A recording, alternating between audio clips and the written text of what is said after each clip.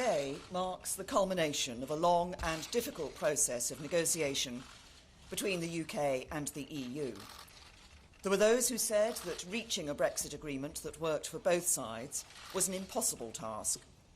From the start, I rejected that counsel of despair and set about negotiating a deal that worked for the UK and the EU, one that delivered on the result of the referendum and set us on course for a prosperous future, while maintaining a close relationship with our friends and neighbours. Thanks to the hard work of both sets of negotiators, that is what we have today agreed. I want to take a few moments to speak directly to the British people and explain what this deal means. First, control of our borders.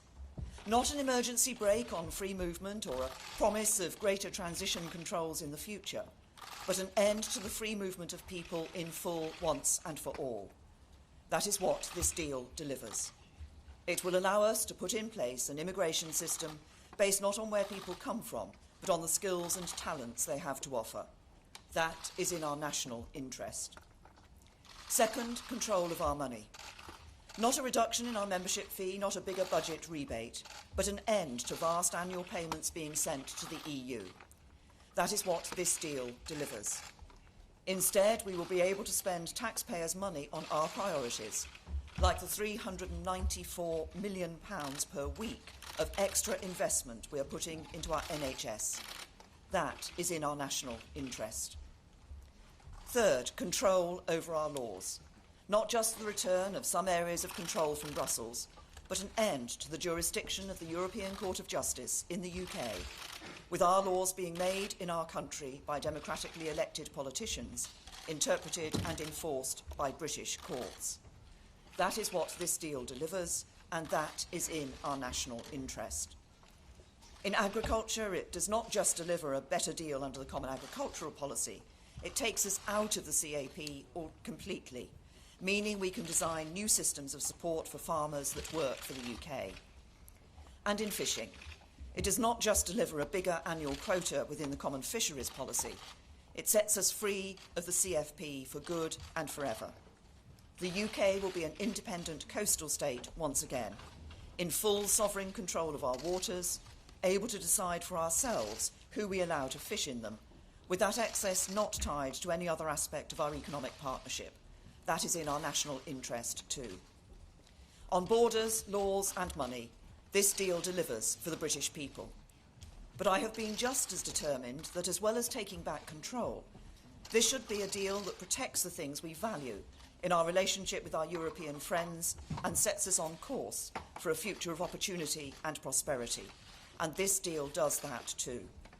So if your family's livelihood depends on a skilled job in our manufacturing sector, you need a deal that keeps goods flowing easily across borders and keeps supply chains intact. This deal does that. We will be outside the single market and the customs union, but have an economic partnership with the EU closer than any other country enjoys. Good for business and in our national interest. If you're one of the over 3 million EU citizens who has come and built your life in the UK, come to be our colleagues, our neighbours and our friends, you need a deal that guarantees your rights. If you're one of the almost 1 million UK nationals living elsewhere in the EU, you need the same. This deal delivers for you all.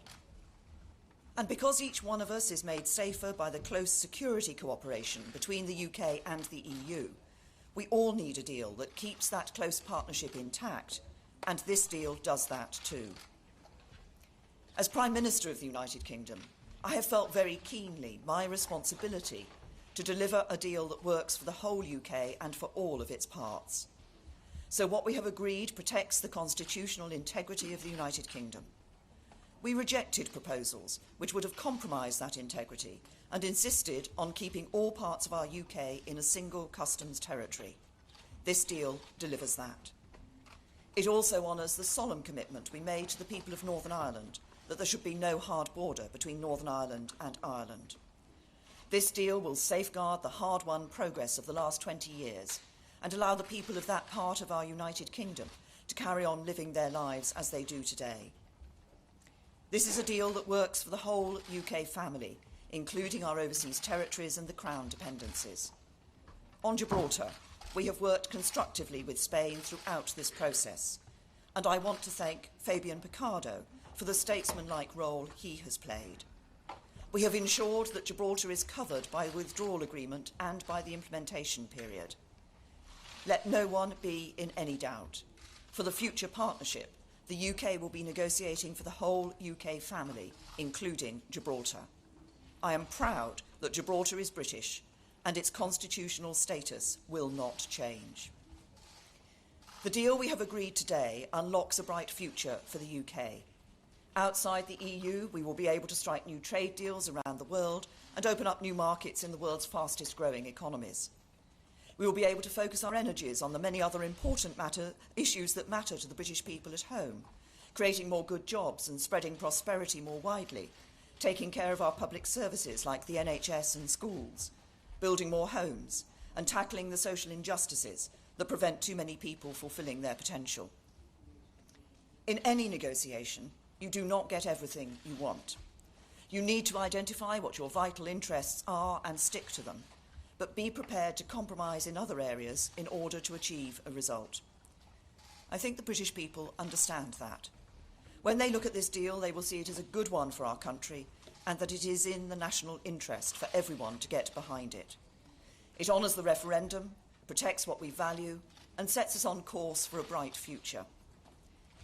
Today marks the culmination of our exit negotiations with the EU, but it also marks the start of a crucial national debate in our country over the next few weeks. Before Christmas, MPs will vote on this deal. It will be one of the most significant votes that Parliament has held for many years. On it will depend whether we move forward together into a brighter future or open the door to yet more division and uncertainty. The British people don't want to spend any more time arguing about Brexit. They want a good deal done that fulfills the vote and allows us to come together again as a country. So I will take this deal back to the House of Commons, confident we have achieved the best deal available and full of optimism about the future of our country. In Parliament and beyond it, I will make the case for this deal with all my heart, and I look forward to that campaign. Thank you. Now, questions? Laura? Thanks very much, Prime Minister. BBC News. Throughout this very long process, you have often been reluctant to tell us what's really going on because you've said it's a negotiation, and understandably you've kept your cards close to your chest. Now the process is over. Can I ask you to be very straight with the public and tell us who, if anyone, you think is pleased about this deal? Well, I've just set out in my statement that I think this is a good deal for the whole of the United Kingdom. I believe it delivers on the vote that the British people took. It delivers the end of free movement, end of the jurisdiction of the European Court of Justice, end of sending those vast annual sums to the EU every year, and also delivers on those other issues like coming out of the CAP and CFP. And it sets us on course for our future. Yes, there's a next stage of negotiations, obviously, in terms of that future relationship and the legal text of that. But I think what we see in this deal today is a deal that delivers for people, delivers on the vote, delivers in a way that protects jobs and livelihoods and protects our security and our United Kingdom. And, as I've said before, I believe our best days lie ahead of us. I have to ask George for a question. Thank you for persevering, Prime Minister. George Parker for the FT. George. Well, I thought I'd sit in the front row so you could see me. You said today this is the best deal for Britain. We've heard from other European leaders that this is the only deal that's on the table. There's no alternative to it. If you can't get this deal through the House of Commons, and you've said before this is not about you, would you feel duty-bound to resign? Well, you're right that I've said before it's not about me, and I will say it again, it's not about me. Look, my focus over the next few weeks is on, as I've just said, on making the case for this deal. As you've heard, President Juncker said this was the only deal possible. This has been echoed by other European leaders. And I think that is, when people come to vote in the House of Commons, they will need to ask themselves about two aspects of this particularly. The first is delivering Brexit. I think we have a duty as a House of Commons, as a Parliament, to deliver Brexit. And the second question is about what it means for our constituents. And as I've said, the deal that we have delivered, I believe, delivers not just on what people wanted when they voted for Brexit, but also does it in a way that protects jobs, protects our security and protects the United Kingdom. Faisal. Faisal Islam, Sky News. Prime Minister, do you think it's helpful that Jean-Claude Juncker tells MPs that it's this deal or no deal? And I must just reiterate that question again. If it gets voted down in the Commons, will you stand down? I am focusing on ensuring that I make the case for this deal to members of Parliament. And I think the point that Jean-Claude Juncker was making, and that's been reiterated by others, was that if people think somehow there's another negotiation to be done, that's not the case. This is the deal. It's the result of what has been tough and difficult negotiations over a significant period of time. And as has been said, this is the deal that is on the table. This is the best possible deal. It's the only possible deal. James. Prime Minister, you are appealing today to the British people over the heads of Westminster, but only MPs have a vote. Why don't you take your strategy to its logical conclusion, give the people a vote on your deal, and if they do back you, you're home and dry?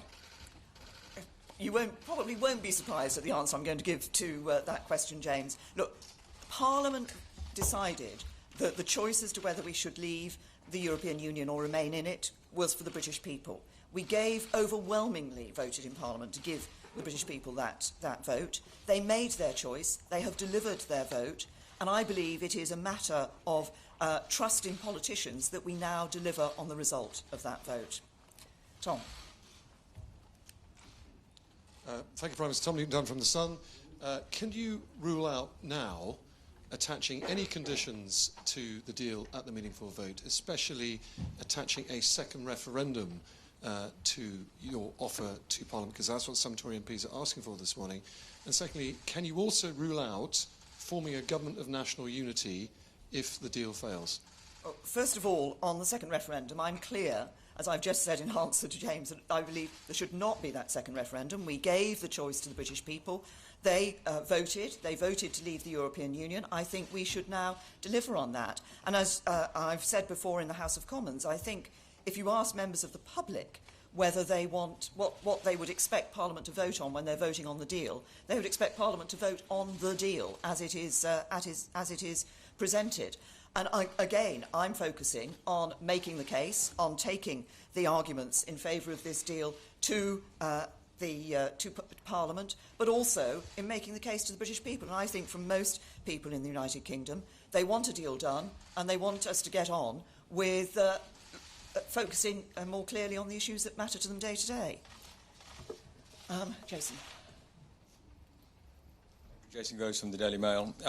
Jeremy Hunt's been on the TV this morning saying it's not possible to rule out the collapse of the government if the meaningful vote is lost. He's right, isn't he? My focus is on making sure that when members of Parliament come to look at this deal, they recognise the importance of delivering Brexit. I think this is crucial. What the British people want is for us to deliver on the vote, but to do it in a way that ensures that we leave the European Union in a smooth and orderly way and that protects their jobs. That's what this deal delivers. Not backing this deal will take us back to more division, to more uncertainty.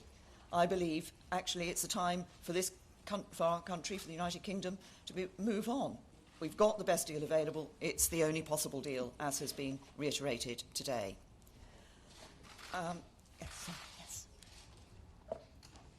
Heather Stewart from The Guardian. You've talked about moving beyond Brexit to your domestic priorities and other issues the voters are keen to focus on.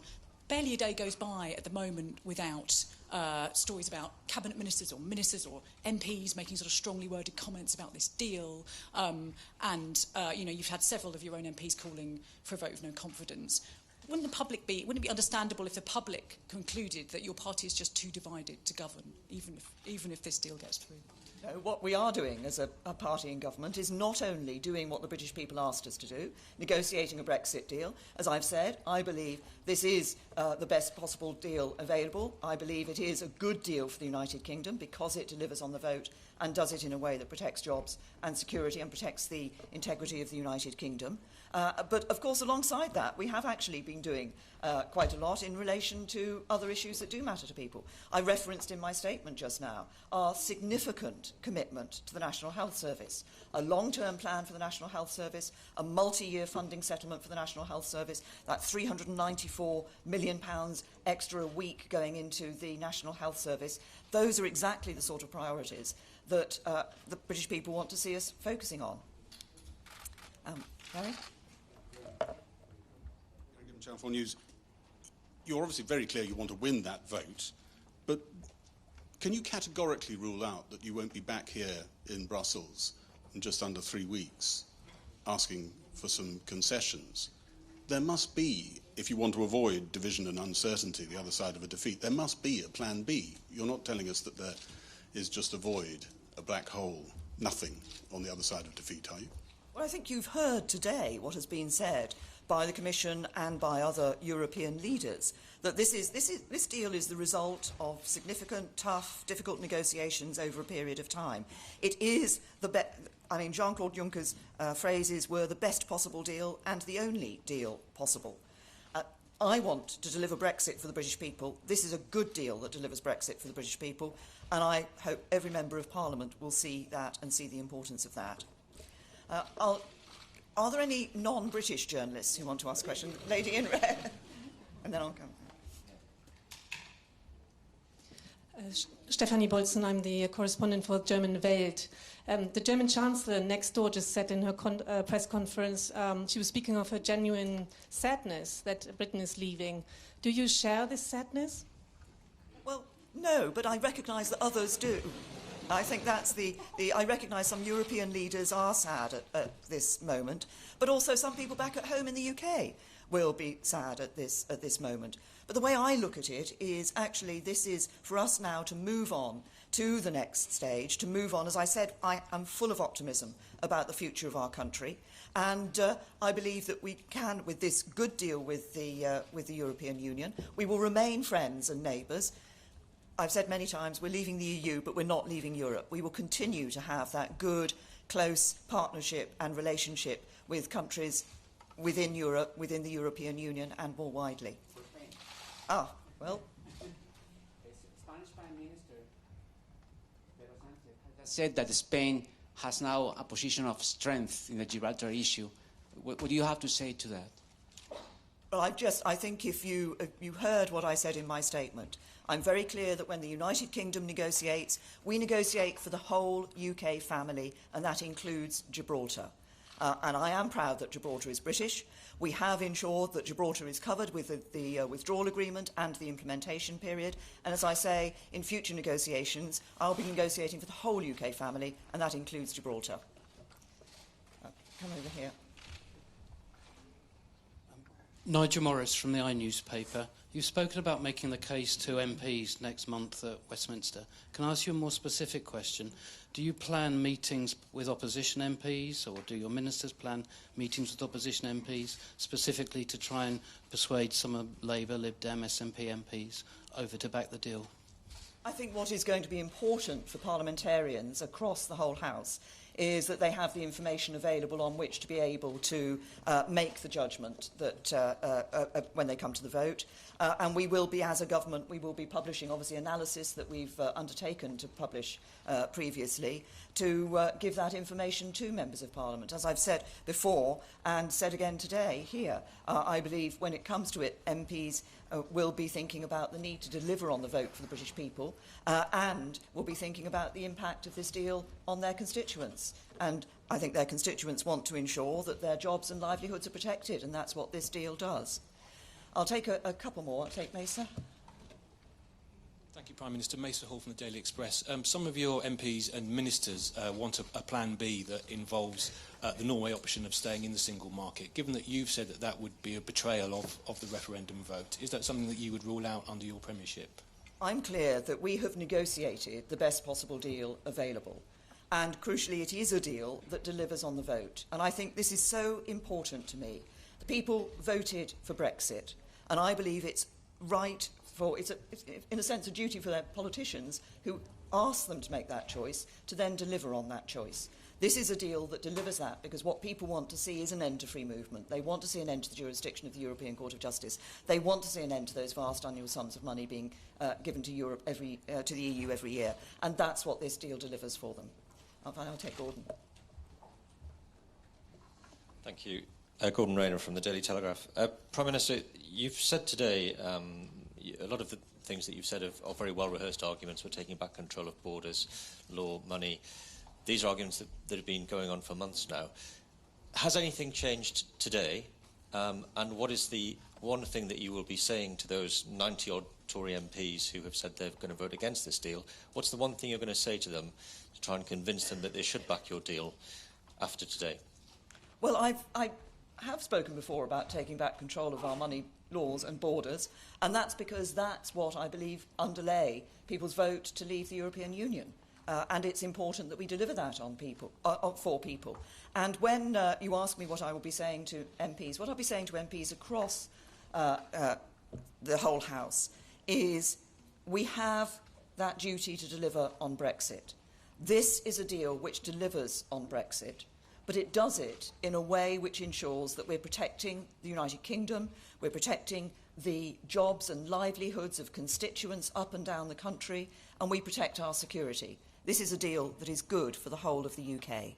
Thank you.